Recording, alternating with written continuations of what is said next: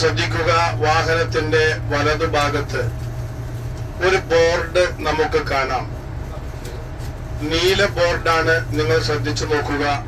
മംനൂർ ദുഖൂൽ ഗൈറുൽ Muslimeen, no entry. Muslims അല്ലാത്തവർക്ക് പ്രവേശനമില്ല എന്ന ഒരു ബോർഡാണ് നാം കാണുന്നത്. ശ്രദ്ധിക്കുക, ഹറമിലേക്ക് മുസ്ലിംകൾക്ക് മാത്രമേ പ്രവേശനമുള്ളൂ. ഇത് നമ്മുടെ നാടുകളിൽ നാം കാണുന്ന ഒന്ന് തന്നെയാണ്.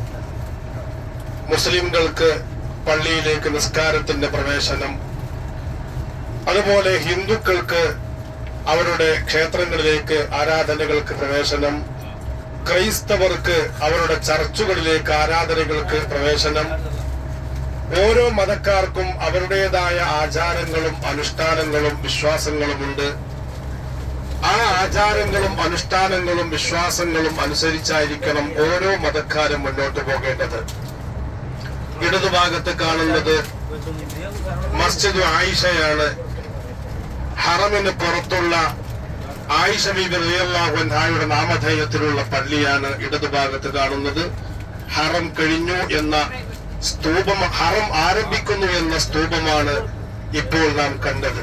ഞാൻ പറഞ്ഞു വന്നത്, ക്രിസ്മസ് വരുമ്പോൾ കേക്ക് മുറിച്ചും സ്റ്റാർ തൂക്കിയും ആഘോഷിക്കേണ്ടത് ക്രൈസ്തവരാണ്. പെരുന്നാൾ വരുമ്പോൾ തക്ബീർ ചൊല്ലേണ്ടതും പള്ളിയിലേക്ക് പെരുന്നാൾ നിസ്കാരത്തിന് പോകേണ്ടതും മുസ്ലിംകളാണ്.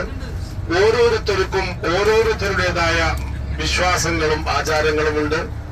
അതനുസരിച്ച് മുന്നോട്ട് പോകാൻ ഓരോരുത്തരും ശ്രദ്ധിച്ചാൽ നമ്മുടെ നാട് നന്നാകും, നാട്ടുകാർ നന്നാകും. പറഞ്ഞു വന്നത്, ഹറമിലേക്കാണ് നാം പ്രവേശിച്ചിരിക്കുന്നത്. ഹറമിൽ മുസ്ലിങ്ങൾക്ക് മാത്രമേ പ്രവേശനമുള്ളൂ.